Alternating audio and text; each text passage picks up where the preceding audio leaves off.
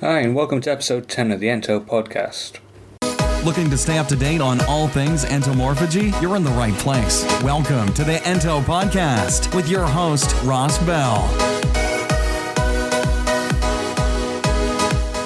Hi, first off, just want to say that next week is the Surbiton Food Festival, and Cricket are going to have a store there, so if you want to try some cricket goodies, then pop on by the Surbiton Food Festival on the Sunday. So that's the Sunday the 14th. I'm also giving a day talk on edible insects and crickets. We've also got some news on the Green Film Festival that's been happening, so just like to say a big thanks to the guys at the Green Film Festival who have allowed Cricket to help with the screening of Bugs.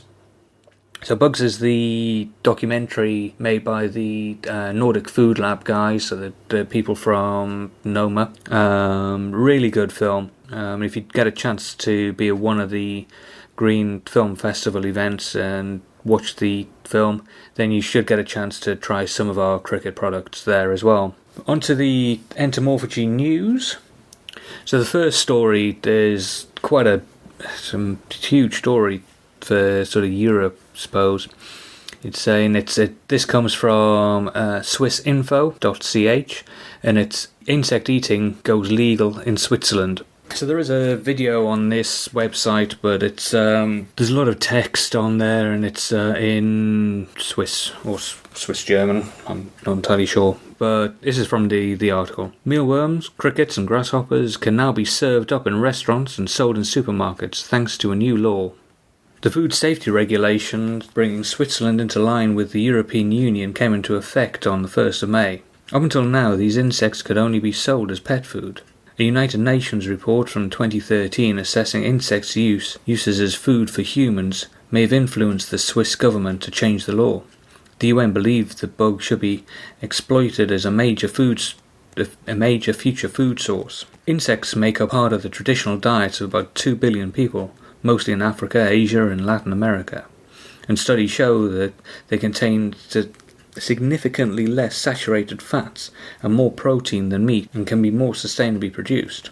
Swiss Info visited the startup Ento, which will be supplying insect balls and insect burgers to Switzerland's largest supermarket chain's Co-op, to find out if insects was more than just a fad. And there's a sort of the video there of when they met up. Like I said, there's a lot in the video that's just sort of text, so I'll put a link to the show notes so you can watch the videos for yourself if you wish. Next up, consumers still bug out about eating insects, even processed ones. And this is from Food Dive by Christopher During. Western consumers are still unwilling to eat insects, whether whole or processed, and also reluctant to eat meat from animals fed insects, according to research from Wageningen University in the Netherlands.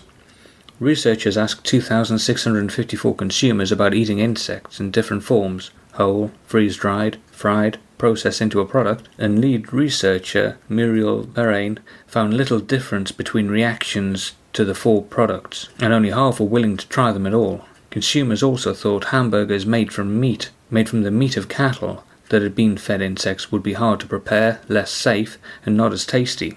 There's still a long way to go as far as insect consumption is concerned, Marain said. I would think eating insects is certainly an option for cattle feed in the short term. In the long term, invisibly processing insects into products instead of using whole, visible ones seems the best step forward in getting people to eat insects. Many manufacturers working with insects have tried to normalize insect consumption for Western consumers by processing crickets, mealworms or locusts into flour before using them to boost protein in familiar products such as bars and brownies. It's surprising that participants in this latest study had similar reactions to insects processed into foods as they did at whole insects. Efforts to beat consumers' disgust may need more work than previously thought. This may be in part the reason why insect-containing foods are still a tiny niche. Exo Inc. of Brooklyn, New York, and Chapel of Salt Lake City, Utah, are two of about 25 US and Canadian food manufacturers currently using cricket powder in food products. Given that the realities of factory-farmed animals are already largely hidden from public view or avoided by consumers, Many may not care about insects and animal feed as much as the Wageningen study suggests. Marketing that plays up to sustainability and the back-to-nature aspect of animals eating insects could help overcome remaining concerns. It's also worth bearing in mind that with a global meat demand on the rise, the price of inputs is also rising.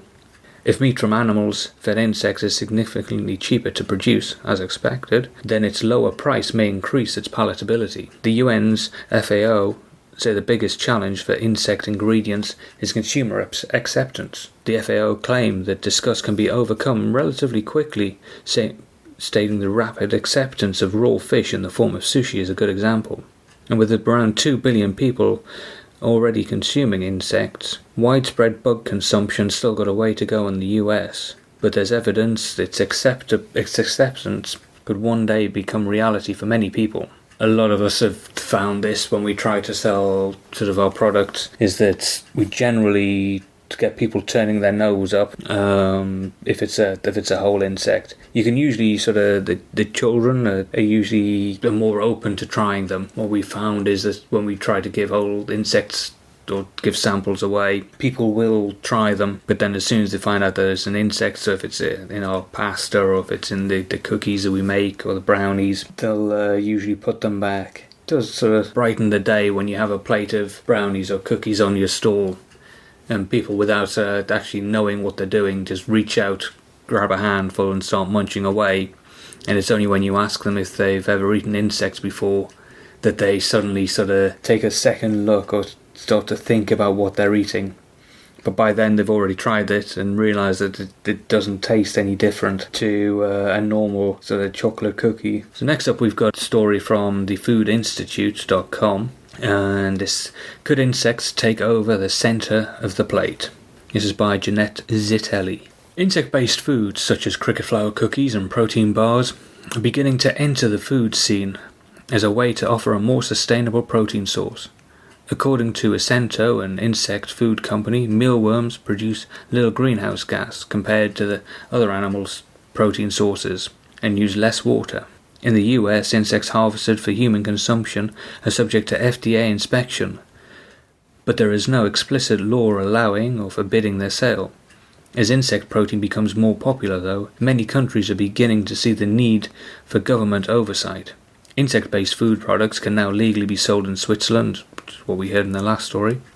The law authorises food containing mealworms, locusts and crickets, as long as they abide by the Federal Food Safety Office Food Safety's regulation. Supermarket chain Co-op responded by announcing plans to work with Ento to launch 3 products in and around its 100 branches during May: a burger, meatballs, and a third unspecified product. They may also sell whole insects, either frozen or dried. Grocer Migros also said it may be interested in insects, but didn't have any specific details. However, it is still uncertain whether Swiss consumers will warm up to the idea of eating insects.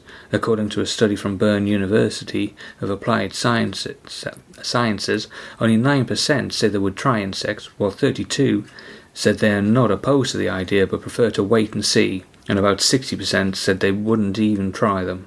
Even if consumers are a little grossed out by the initial idea of eating bugs, their affinity for sustainability may be enough to sway them. A survey from the International Food Information Council Foundation found that 41% of consumers in 2016 cited sustainability as having a large impact on their decision to buy foods and beverages, which was up from 35% in 2015. 7 in 10 think that it's important that the food products are produced in a sustainable way. Specifically, consumers aged between 50 and 80, college grads and women, among 40% would even pay more for sustainable food. The last story we've got is from the Gothamist, and it's Gourmet Edible Insect Dinner Pairs Lobster with Larvae. And it's by Nell Casey. There's nothing gross about eating bugs. People all over the world eat insects, including in New York City, where you can eat grasshoppers and fried silkworm as easily as you can ride a sugar unicorn. Friday presents another opportunity to get insects out of your fears and into your stomachs with an edible insect dinner pairing, lobster with larvae.